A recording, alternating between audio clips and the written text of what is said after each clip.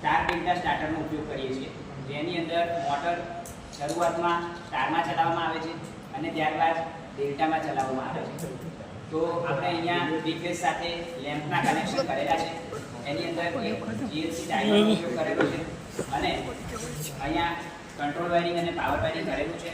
તમામ તાલીમાર્થીઓએ અહીંયા જેટલા હાજર છે તમામ તાલીમાર્થીઓએ બરાબર રીતે કનેક્શન કરેલા છે અને એનું જે રિઝલ્ટ છે એ પણ અહીંયા જોવા મળે છે કે આપણે જે કનેક્શન કર્યા છે એ પ્રમાણે આનું વર્કિંગ પણ થાય છે. જેવું આપણે ચાલુ કરીએ છીએ, ટાઈમર અત્યારે 15 સેકન્ડ પર છે અને જેવું ચાલુ કરીએ છીએ તમે જોઈ શકો છો ઓછા વોલ્ટેજ મળે છે, કરંટ પણ ઓછો છે અને બલ્બ જે છે એનો પ્રકાશ ઓછો છે અને આ છે સ્ટાર કનેક્શન છે. થોડી વાર પછી હવે તમે જોશો કે ડેલ્ટા કનેક્શન થશે. જુઓ આ ડેલ્ટા કનેક્શન, બરોબર.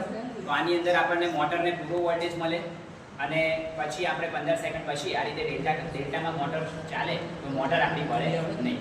તો આપણે જે પ્રમાણે ટાઈમર અહીંયા જે યુઝ કરેલું છે એની અંદર 3 સેકન્ડથી ચાલુ કરીને 120 મિનિટ સુધીનું આપણે જે છે ટાઈમ સેટ કરી શકીએ છીએ. અને અહીંયા જેટલા પણ બેઠા છે વાયરમેનના 82 બેચના છોકરાઓ છે એ એની બેચના છોકરાઓ તમામ તાલીમાર્થીઓએ ખૂબ જ મહેનત કરી છે અને આના કનેક્શન કરવામાં પણ ખૂબ જ સરસ દરેક તાલીમાર્થીઓએ રસ લીધો છે અને જેના પરિણામ સ્વરૂપે આપણે આ પ્રેક્ટિકલ અહીંયા કરી શક્યા છીએ, બરાબર. તો દરેક જે છે એ તાલીમાર્થીઓને અહીંયા શીખવા મળ્યું છે.